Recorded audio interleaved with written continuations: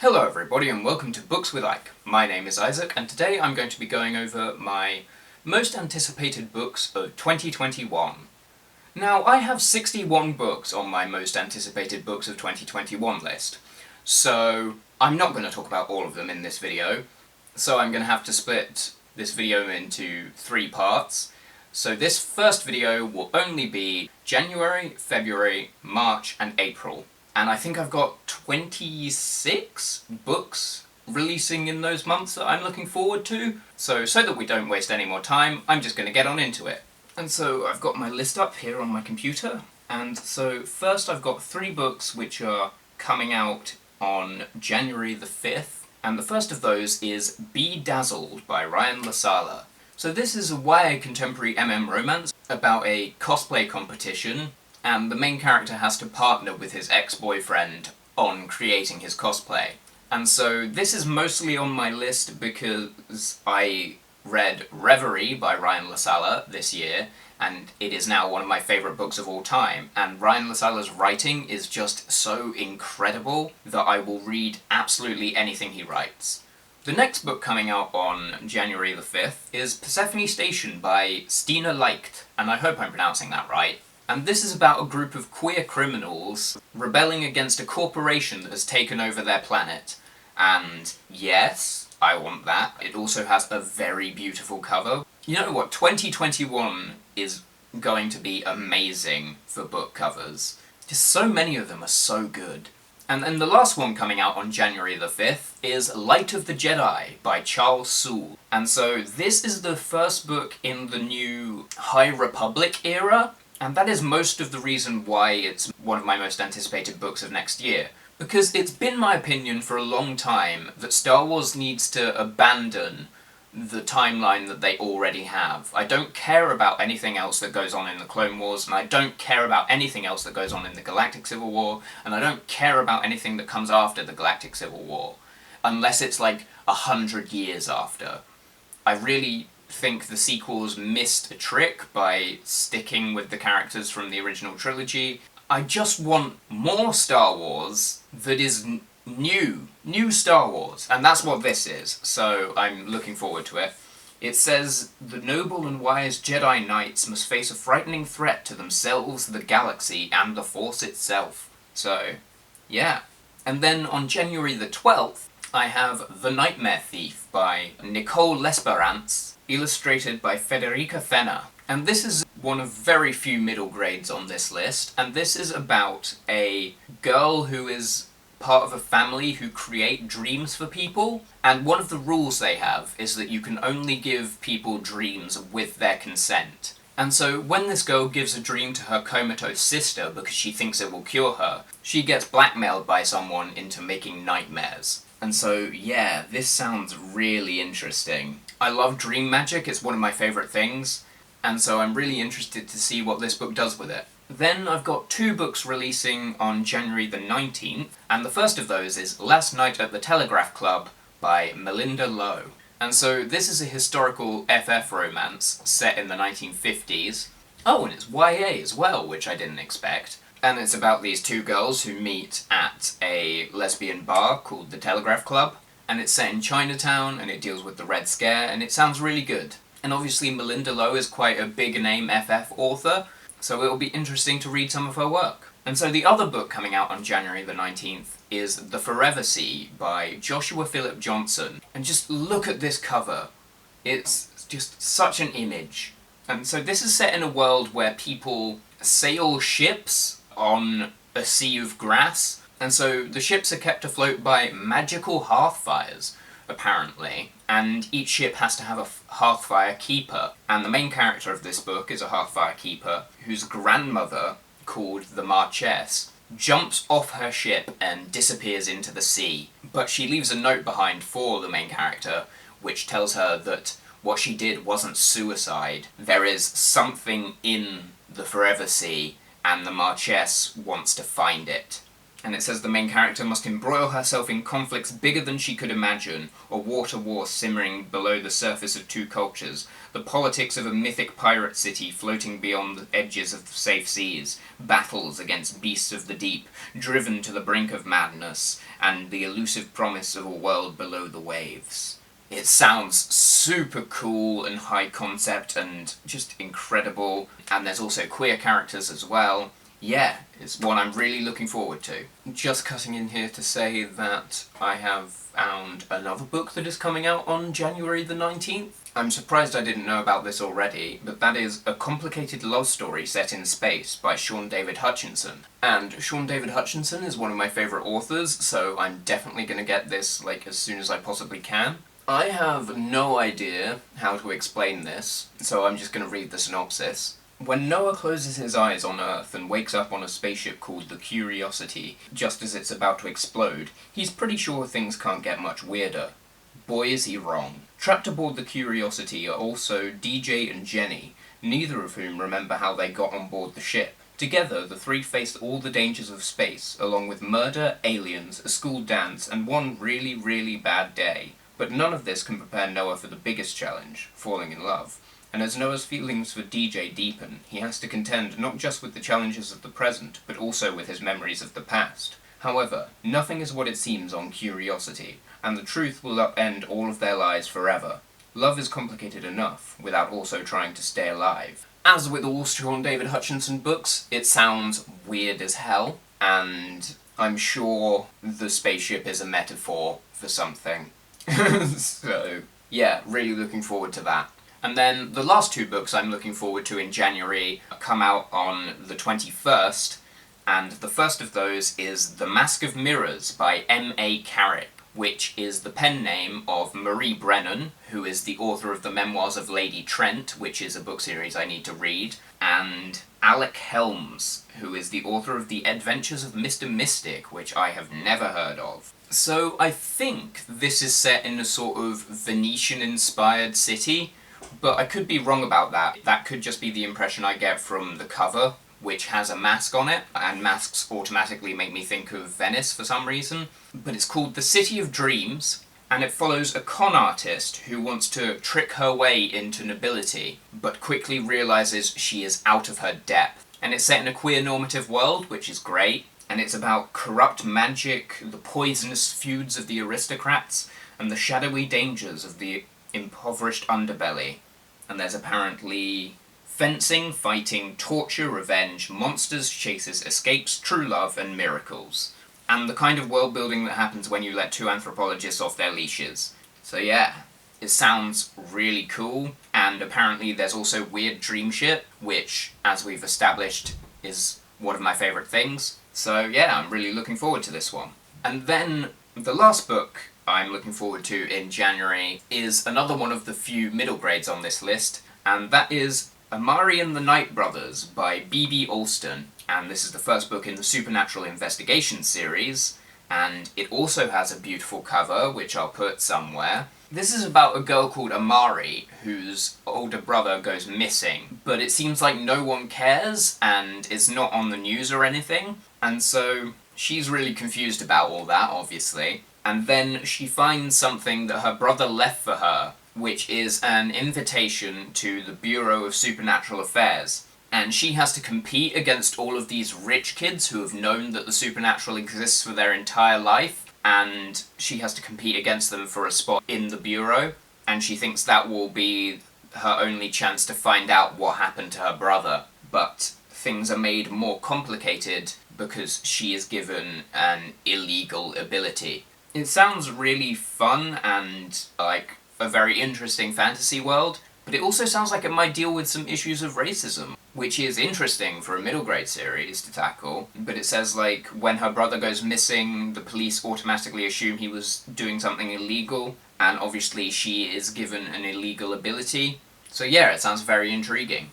And then moving into February, there are 3 books coming out on February the 2nd, and the first of those is Yesterday is History by Kosoko Jackson. And this is about a boy who has a liver transplant, and the next time he falls asleep, when he wakes up, he's in 1969. And it turns out that the family of the person whose liver he had a transplant with all have the ability to time travel. And so their youngest son has to teach him how to use his new abilities, and then in 1969 he also forms a connection with another boy, and so it's an romance, and he has to decide between the guy in the present and the guy in the past, and he has to figure out where he belongs, and more importantly who he wants to be, before the consequences of jumping in time catch up to him and change his future for good. And so yeah, that sounds really interesting, and I can't wait to read it. And the next book coming out on the 2nd is This Golden Flame by Emily Victoria. And this is about a country which is trying to unlock the magic of an ancient automaton army, and then the main character accidentally awakens a hidden automaton. And it turns out that this automaton's father, the creator of the automatons, I'm assuming, once tried to destroy them, and the girl and the automaton are hunted down by the government, called the Scriptorium, and they have to uncover a secret that's held their country in its power for centuries. Another one that sounds really intriguing. Oh, and the main character is also aromantic asexual. Interesting. And then the last one coming out on February the 2nd is Winter's Orbit by Everina Maxwell. And so this is an adult sci-fi romance. So this is about a prince who dies, and so his husband has to make an arranged marriage with his cousin, and then it turns out that the original prince's death might not have been an accident, and so the husband and the cousin have to investigate what happened to him and solve his murder, and also prevent an interplanetary war. So yeah, that's another one that sounds really good. And then on February the 9th we have 2 books, and the first is As Far As You'll Take Me by Phil Stamper. And so this is a YA contemporary about a closeted American kid who secretly travels to London in order to explore his sexuality away from his parents. And so he goes travelling around Europe, and the question is, how long can he keep it up? I haven't yet read The Gravity of Us, which was Phil Stamper's first book, but it is one that's quite high on my TBR, and this one sounds like it will be a very cute, fun contemporary with maybe some emotional depth to it, so I'm definitely into it. And the other book coming out on February the 9th is We Are the Ashes, We Are the Fire by Joy McCulloch. And so this is about a girl whose older sister is raped, and the rapist is found guilty, but doesn't receive a prison sentence, which understandably makes her absolutely fucking furious, as it would make anyone. And she sort of finds solace in the story of Marguerite de Brézieux, I hope I'm pronouncing that right, who was a 15th century French noblewoman who was a knight who hunted rapists. And so she starts writing poems about her, I think. And this is also illustrated, I think, by Maya somebody? I can't find her surname, so that's a really cool thing about it. So yeah, this sounds like a really important, poignant, meaningful book about rape and rape culture and the justice system, and I really want to read it. And then coming out on February the 16th is The Memory Theatre by Karen Tidbeck. And this is set in a sort of parallel universe called The Gardens, which is ruled over by the Masters. And it's a place where feasts never end, games of croquet have devastating consequences, and teenagers are punished for growing up. For the Masters, it's a decadent paradise where time stands still. For those who serve them, however, it's a slow torture where their lives can be ended in a blink. And so the main characters, Dora and Thistle, obviously want to escape the Gardens, and they set out on a journey through time and space, travelling between their world and ours. They hunt the one person who can grant them freedom. Along the way they encounter a mysterious traveller who trades in favours and never forgets debts, a crossroads at the centre of the universe, our own world on the brink of war, and a travelling troupe of actors with the ability to unlock the fabric of reality. It sounds trippy and weird and fabulous and dark and mysterious and yes, give it to me now, please. My battery died, so I'm having to film this on a different day, hence the haircut and the different clothes. Right, and the last two books in February come out on the 23rd, and the first one is The Shadow War by Lindsay Smith, which is about queer kids fighting Nazis in World War II, which is an insta-buy. I'm definitely buying this as soon as it comes out. I think there's like a portal to a demon world, and the Nazis want to control the portal, and there's someone who has to keep them away from it. Yeah, that's the one. Queer kids and Jewish kids fighting Nazis in World War II. It doesn't get any better than that. And then the other one that comes out on the 23rd is A Darkened Hollow Star by Ashley Shuttleworth. And this is a fae story. I'm pretty sure that all four of the main characters are queer. Yes. Set in the magical underworld of Toronto that follows a queer cast of characters racing to stop a serial killer whose crimes could expose the hidden world of fairies to humans. Nice. So there's an iron-born half-fae outcast of her royal family, a tempestuous fury exiled to Earth from the immortal realm and hell-bent on revenge, a dutiful fae prince determined to earn his place on the throne, and the prince's brooding guardian, burdened with a terrible secret. Yeah, this sounds absolutely incredible. This also might be an insta-buy. We'll have to see how I feel when the time comes. And then, moving into March, the first two come out on my birthday, which is March the 2nd. And the first one of those is Chain of Iron by Cassandra Clare. I'm sure I don't need to give a synopsis for this, but Chain of Iron is the second book in Cassandra Clare's The Last Hours series, which is part of the overall Shadowhunter Chronicles. I didn't really like Chain of Gold as much as I hoped I would, but I'm still going to buy this one immediately as soon as it comes out, because at this point I'm just Shadowhunter's trash, and I have to accept that. I think this one also has a serial killer in it. Yeah. The serial murderer is targeting the Shadowhunters of London, killing under the cover of darkness, then vanishing without a trace. I have a theory. Oh, that would be bad if that's what it is. Okay, yeah, I'm quite excited for this now. I hope Waterstones does a printed hardback edition, like they did with this one, Chain of Gold, because I want my covers to match, so yeah.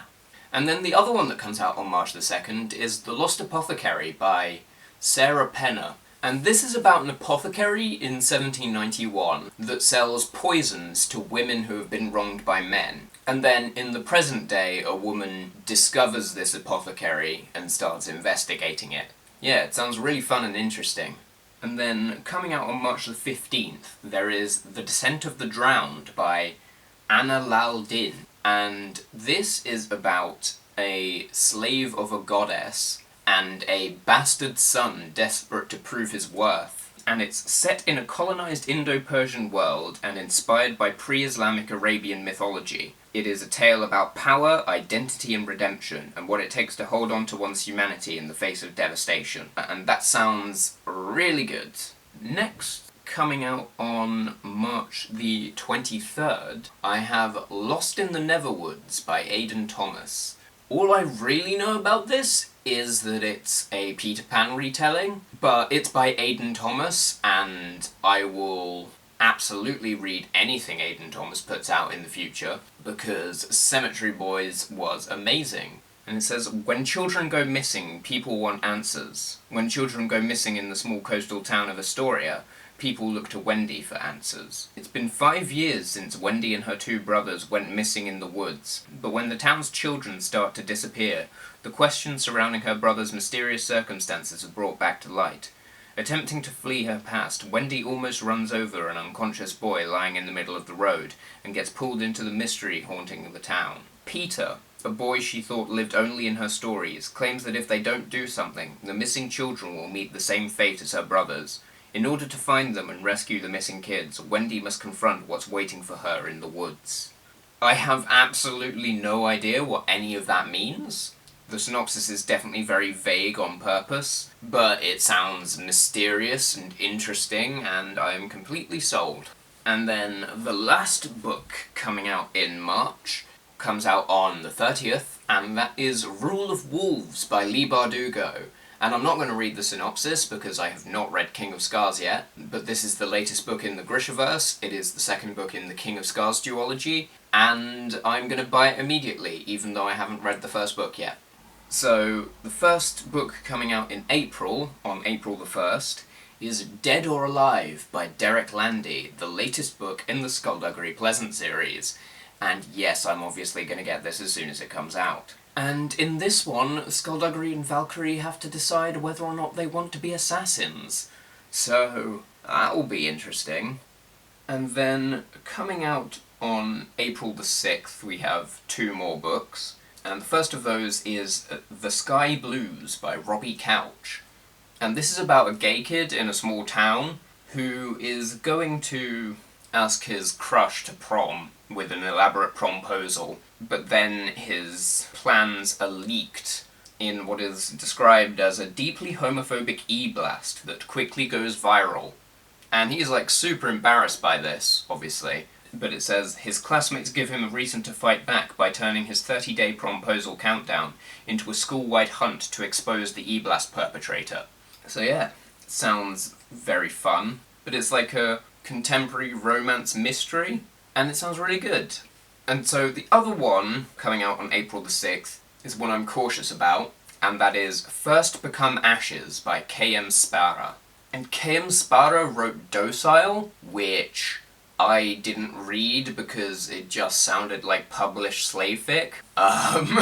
Like, it genuinely sounded like every slave fic ever published. And so, this one I'm a bit apprehensive about.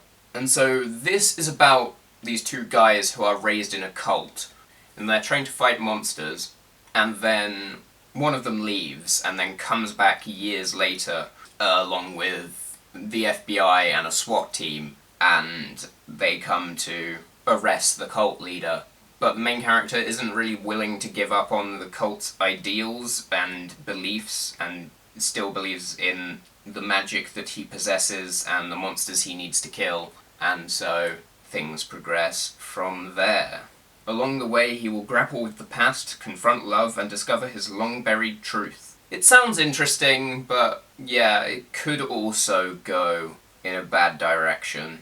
And then the last 2 books come out on April the 20th, and the first of those is one of my most anticipated books of next year, and that is In Deeper Waters by F.T. Lukens. Now, F.T. Lukens wrote the rules and regulations for mediating myths and magic, which I absolutely loved, and I want to read everything they've written, but this one sounds particularly great. This is a pirate fantasy, and this is about a prince with forbidden magic who goes on a coming-of-age tour, and his crew finds a mysterious prisoner on a burning ship, and the prince is tasked with watching over the prisoner, but the prisoner jumps overboard and disappears, seemingly committing suicide. And then later the prince runs into the prisoner on dry land, but before anything can happen, the prince is captured by pirates,